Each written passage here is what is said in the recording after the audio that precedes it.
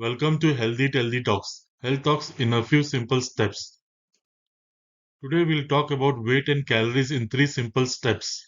Before we start, disclaimer, this video is for educational and informational purpose only. For treatment, please visit to your consulting family physician. People follow different ways of weight control. Few of them do intermittent fasting, few of them do frequent small meals in a day to control their diet.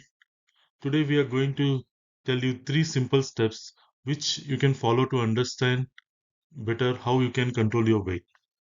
The first one is to find the cause of the weight gain, cause or the reason of the weight gain. If you can find the reason, you can find a solution easily. Second, keep a keep a close watch on your calorie intake on a daily basis and keep a calorie counter with you. Third, good amount of physical activity, which will help you to increase the basal metabolic rate as well as burn the calories.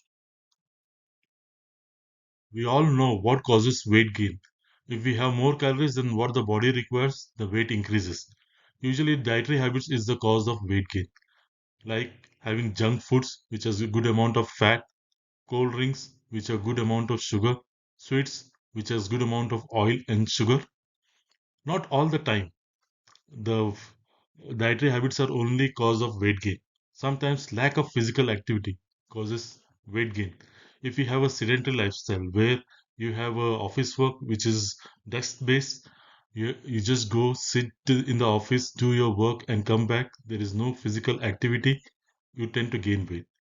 Immobility due to injuries or stroke. People who are bedridden or are stick to their wheelchair, not able to do any activity, the chances are there that they might have weight gain. After 40 years of age, normally we see after 40 years of age, there is a dip in the calorie requirement of an individual. And if you don't adjust to the dip of the calorie requirement, which is which happens after 40 years, about 5 to 10% of your calorie, then you tend to gain weight gradually over a period of time.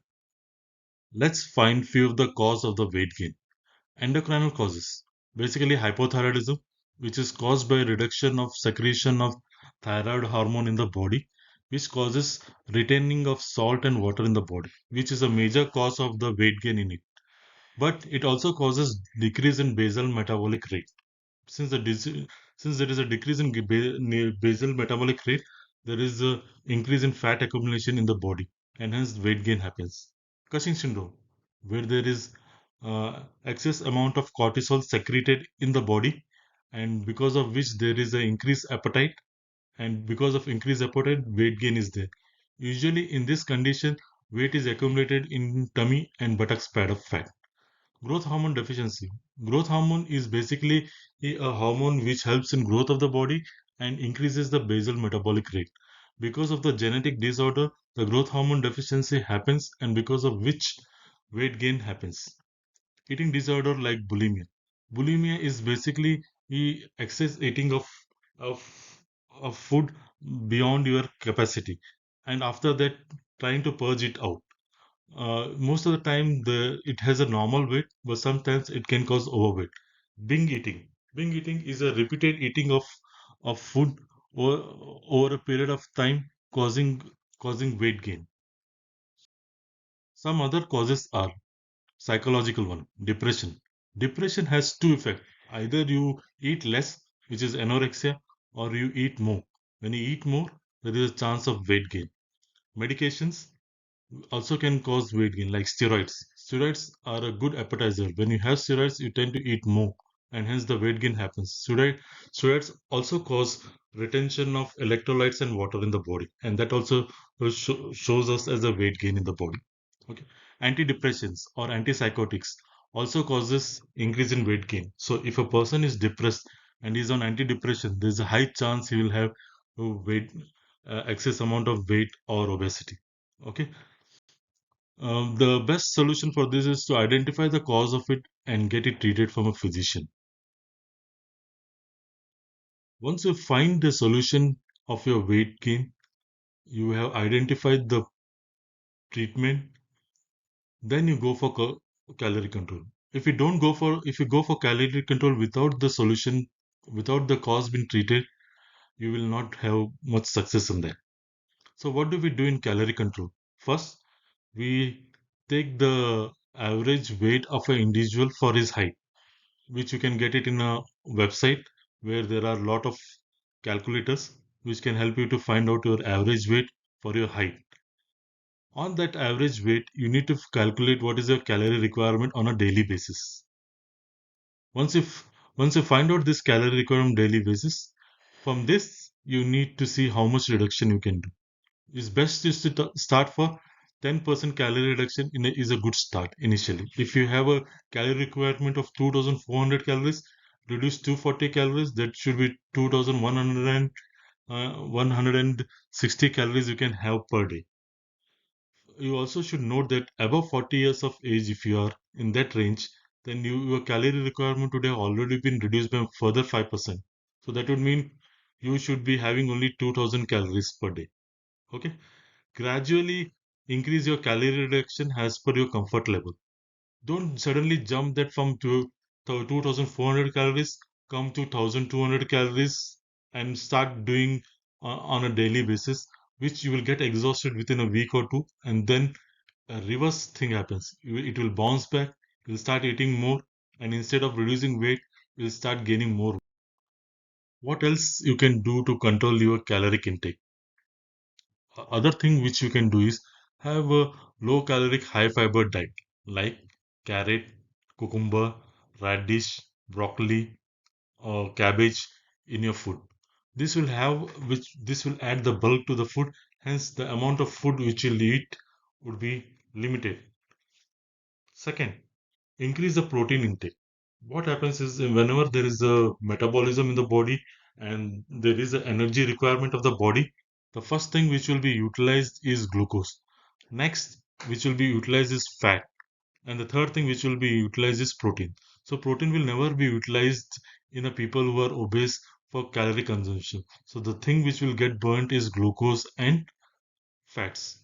So normally we advise zero point 0.8 gram per kg body weight for a normal individual, but for people who want to control their weight, they can go up to 1 gram per kg body weight without comfortably. Okay. Next thing is to have drink good amount of water, 2 to 3 liters. We advise 2 liters of daily drinking of water for all the individual, but if you can increase it to 2.5 to 3 liters, will help you more. Because before having food, if you can have a glass of water, it will help you to reduce the amount of food you have. Because if you are feeling thirsty and because of which you are feeling hungry, if you drink water, the thirst goes off, then your hunger comes under control. Okay. Next, we also advise you to keep a keep a close watch on your calorie intake and see that you don't end up with iron, calcium, or vitamin deficiency. For people who are doing weight control for a month or two, this deficiency would not be significant. But for people who are doing it for a prolonged period of time, between 6 months to 1 year, this deficiency could exhibit in the form of nutritional deficiency. In such a scenario, better to meet a physician and start with some supplements. So let's come to the physical activity. Now you already found out what is the cause of your weight gain. You are taking treatment or solutions for it. Next, you have now controlled your calorie intake based on the amount of average calorie which you require to eat, plus the reduction what you need to do to control your weight. Now, to add up to the amount of fat to burn from the body, physical activity will help you. Physical activity also helps you in one more reason. It will keep the BMI of the body high so that good amount of calories are burned. Okay. So simple walking activities like walking to a bus stop or taking a stairs to workplace in a building can do wonders. But apart from that, you need to do daily 4 to 5 kilometers of walk to increase the metabolism, or you do 10,000 steps a day, or jogging, cycling, or swimming for 20 minutes. One of the three would be sufficient enough for you to have a good physical activity for a day and keep your metabolism at a higher level. It also helps in recovering from depression and mood swings. Physical activity and yoga. Once you have controlled your diet, and your physical activity, then go for yoga. Initially, if you start yoga in the beginning, it will be very difficult to have a body flexibility. So wait for the body flexibility to come and then go for yoga. Yoga has a good stretching exercises, breathing exercises, and meditation, which will help to keep your body and mind fit. With this, we will come to the end of this session. If you have any questions or queries or comments, you can put it in the comment box. Hope this was a good session for you. If you liked it, then please do like, share, and subscribe. And the disclaimer, this video is for educational and information purpose only. For treatment, please visit to your consulting family physician. Thanks a lot. Goodbye.